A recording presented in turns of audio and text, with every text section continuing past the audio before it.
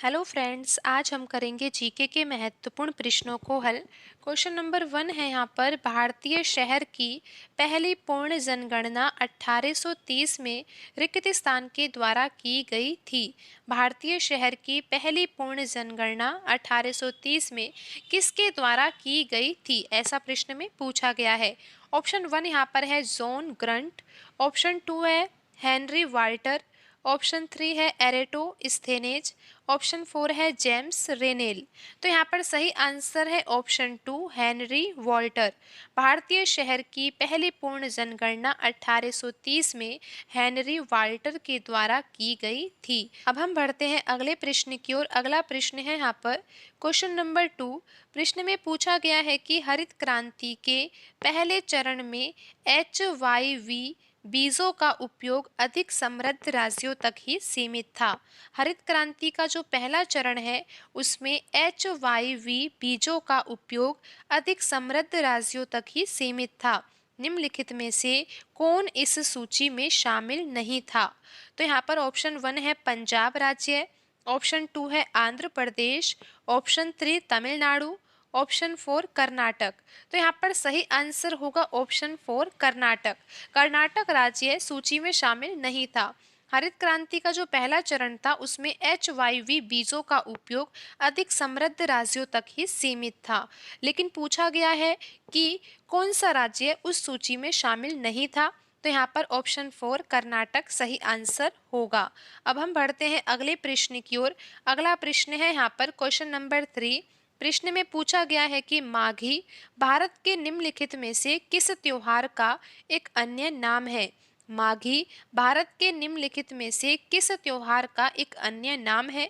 Option 1 यहाँ पर है मकर संक्रांति, ऑप्शन 2 है बिहू, ऑप्शन 3 बैसाखी, ऑप्शन 4 बसंत पंचमी। तो यहाँ पर सही आंसर है ऑप्शन 1 मकर संक्रांति। माघी भारत के निम्नलिखित में से किस त्योहार का एक अन्य नाम है? यहाँ पर सही आंसर है ऑप्शन 1 मकर संक्रांति। अब हम बढ़ते हैं अगले प्रश्न की ओर। अगला प्रश्न है यहाँ पर क्वेश्चन नंबर 4। प्रश्न में पूछा गया है कि भारत में हरित क्रांति किस दशक में आई थी? भारत में हरित क्रांति किस दशक में आई थी? ऑप्शन 1 यहाँ पर है सन 1960 से 1970, ऑप्शन 2 सन 1850 से 1860, ऑप्शन 3 सन 1800 से 1810, ऑप्शन 4 सन 1900 से 1910। तो यहाँ पर सही आंसर है ऑप्शन 1 सन 1960 से 1970 के दशक में भारत में हरित क्रांति आई थी। और भारत में हरित क्रांति को कौन लेकर आया था? भारत में हरित क्रांति का जनक किन्हें कहा जाता है? MS स्वामीनाथन को कहा जाता है। आपको पता होना चाहिए कि विश्व में हरित क्रांति का जनक किन्हें कहा जाता है? नॉर्मन बोरलॉग को कहा जाता है। अगला प्रश्न है यहाँ पर क्वेश्चन नंबर 5। किर्गिस्तान देश के विदेशी मुद्रा भंडार का संरक्षक है, यानी कि कौन देश के विदेशी मुद्रा भंडार का संरक्षक है और उनके निवेश के प्रबंधन की जिम्मेदारी निहित है? तो यहाँ पर ऑप्शन 1 है भारतीय स्टेट बैंक, ऑप्शन 2 वाणिज्य और उद्योग मंत्रालय, ऑप्शन 3 वित्त मंत्रालय, ऑप्शन 4 भारतीय रिजर्व बैंक। तो यहाँ पर सही आंसर है ऑप्शन 4 भारतीय रिजर्व बैंक। RBI देश के विदेशी मुद्रा भंडार का संरक्षक है और उनके निवेश के प्रबंधन की जिम्मेदारी निहित है। अब हम बढ़ते हैं अगले प्रश्न की ओर। अगला प्रश्न है यहाँ पर क्वेश्चन नंबर 6। प्रश्न में पूछा गया है कि भारतीय संविधान में न्यायपालिका की स्वतंत्रता का प्रावधान निम्नलिखित में से किस देश के संविधान से लिया गया है? भारतीय संविधान में न्यायपालिका की स्वतंत्रता का प्रावधान निम्नलिखित में से किस देश के संविधान से लिया गया है? तो यहाँ पर सही आंसर है ऑप्शन 4 संयुक्त राज्य अमेरिका। संयुक्त राज्य अमेरिका देश के संविधान से न्यायपालिका की स्वतंत्रता का प्रावधान भारत देश के संविधान में लिया गया है। अब हम बढ़ते हैं अगले प्रश्न की ओर। अगला प्रश्न है यहाँ पर क्वेश्चन नंबर 7। प्रश्न में पूछा गया है कि खेलो इंडिया स्कूल गेम्स का पहला संस्करण किस वर्ष आयोजित किया गया था? खेलो इंडिया स्कूल गेम्स का पहला संस्करण किस वर्ष में आयोजित किया गया था? तो यहाँ पर सही आंसर है ऑप्शन 2, सन 2018। 2018 में खेलो इंडिया स्कूल गेम्स का पहला संस्करण आयोजित किया गया था। अब हम बढ़ते हैं अगले प्रश्न की ओर। अगला प्रश्न है यहाँ पर क्वेश्चन नंबर 8। प्रश्न में पूछा गया है कि भारत के संविधान में प्रारंभिक 10 मौलिक कर्तव्यों को कब जोड़ा गया था? भारत के संविधान में प्रारंभिक 10 मौलिक कर्तव्यों को कब जोड़ा गया था? तो यहाँ पर सही आंसर है ऑप्शन 2, 1976। क्योंकि आपको पता होना चाहिए कि मूल संविधान में मौलिक कर्तव्य नहीं थे, लेकिन संविधान में संशोधन किया गया 42वां संविधान संशोधन जो कि सन 1976 में हुआ था, तो मौलिक कर्तव्य जोड़े गए।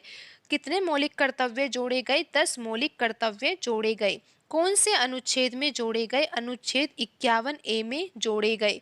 लेकिन वर्तमान में 10 मौलिक कर्तव्य नहीं है, 11 मौलिक कर्तव्य है। 11 मौलिक कर्तव्य है तो संविधान में संशोधन किया गया होगा। 86वां संविधान संशोधन किया गया सन 2002 में, तो 11वां मूल कर्तव्य तब जोड़ा गया। आपको यहाँ पर यह ध्यान रखना है कि मूल संविधान में मूल कर्तव्य नहीं थे, लेकिन संविधान में संशोधन किया गया, 42वां संविधान संशोधन किया गया। कितने मौलिक कर्तव्य जोड़े गए? 10 मौलिक कर्तव्य जोड़े गए। कौन से अनुच्छेद में जोड़े गए? अनुच्छेद 51A में जोड़े गए। लेकिन वर्तमान में 11 मौलिक कर्तव्य है, क्योंकि 86वां संविधान संशोधन सन 2002 में किया गया था, तो 11वां मूल कर्तव्य जोड़ा गया। लेकिन प्रश्न में ऐसा पूछा गया था कि भारत के संविधान में जो प्रारंभिक 10 मौलिक कर्तव्य जोड़े गए वो कब जोड़े गए थे? वो आपको पता है कि सन 1976 में जोड़े गए थे, क्योंकि 1976 में 42वां संविधान संशोधन हुआ था। तो यहाँ पर ऑप्शन 2 सही आंसर होगा। अब हम बढ़ते हैं अगले प्रश्न की ओर। अगला प्रश्न है यहाँ पर question number 9।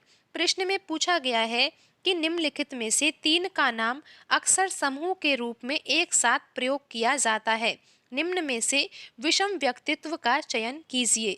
Option 1 Lala Lajpat Rai, option 2 बाल गंगाधर तिलक, ऑप्शन 3 विपिन चंद्र पाल, ऑप्शन 4 दादा भाई नौरोजी।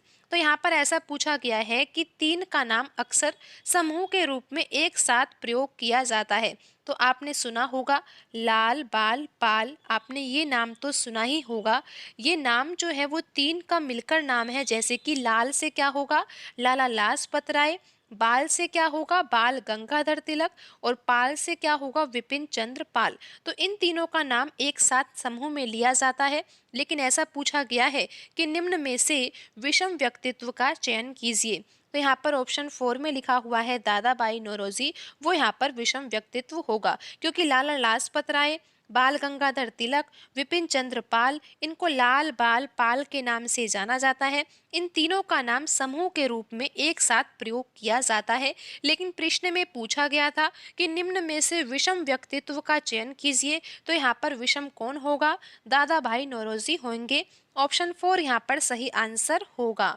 अब हम बढ़ते हैं अगले प्रश्न की ओर। अगला प्रश्न है यहाँ पर क्वेश्चन नंबर 10। प्रश्न में पूछा गया है भारत के संविधान की कौन सी अनुसूची संघ, राज्य और समवर्ती सूचियों से संबंधित है?